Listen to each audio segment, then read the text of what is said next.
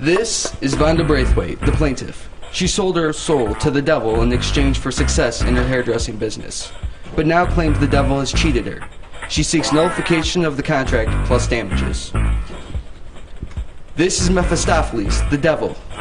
He claims that he did keep his part of the bargain and that the plaintiff is simply trying to welch out of her legal commitment. He seeks the soul plus court costs.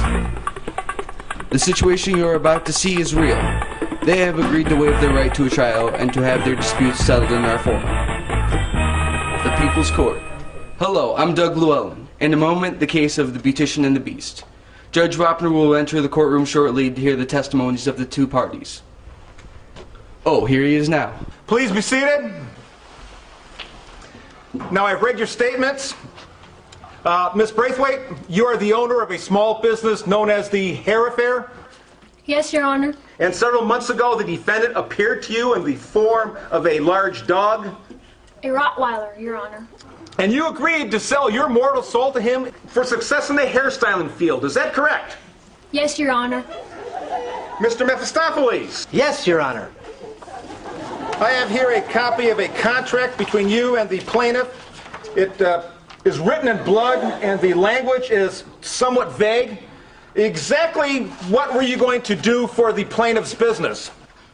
Well, Your Honor, in addition to the day-to-day advice I would give her, I also advanced Miss Braithwaite nearly $2,700 to purchase new equipment.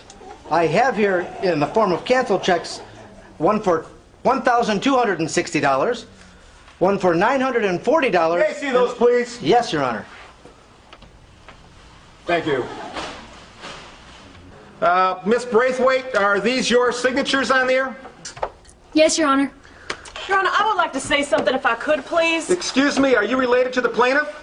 I am her mother. And your occupation? I am a barfly. You mean you hang around in bars waiting for men you don't know to buy you drinks? That is correct, Your Honor. Proceed.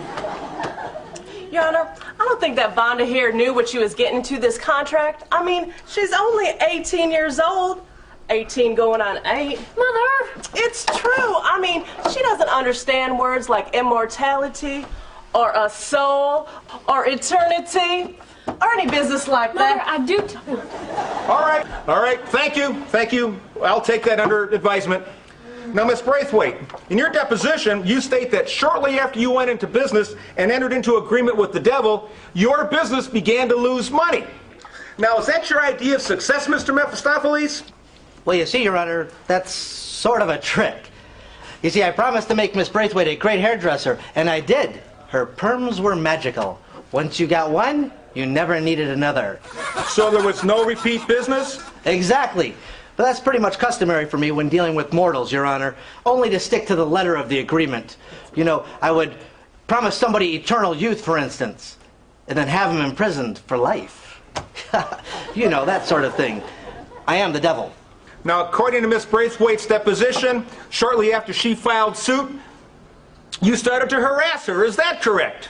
That's ridiculous, Your Honor. What about coming to my house in the form of a black cat? Probably just a black cat. And what about throwing all that garbage in our yard? What was that? I did not put any garbage in your yard. Well, then who hit my car in the parking lot? It did not dent by itself. Listen here, young lady. I'm Mephistopheles, Prince of Darkness. When I harass you, you'll know it.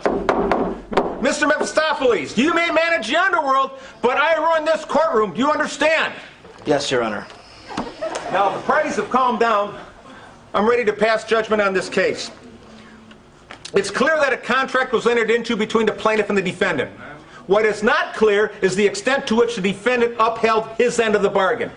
Given the plaintiff's age and the fact that she clearly did not understand the terms of this contract, this court finds for the plaintiff.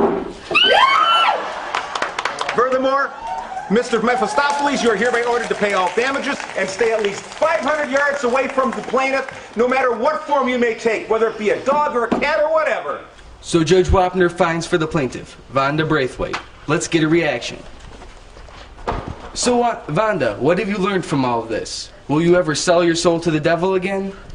Well, it would have to be for something really good, like eternal youth or a really nice car.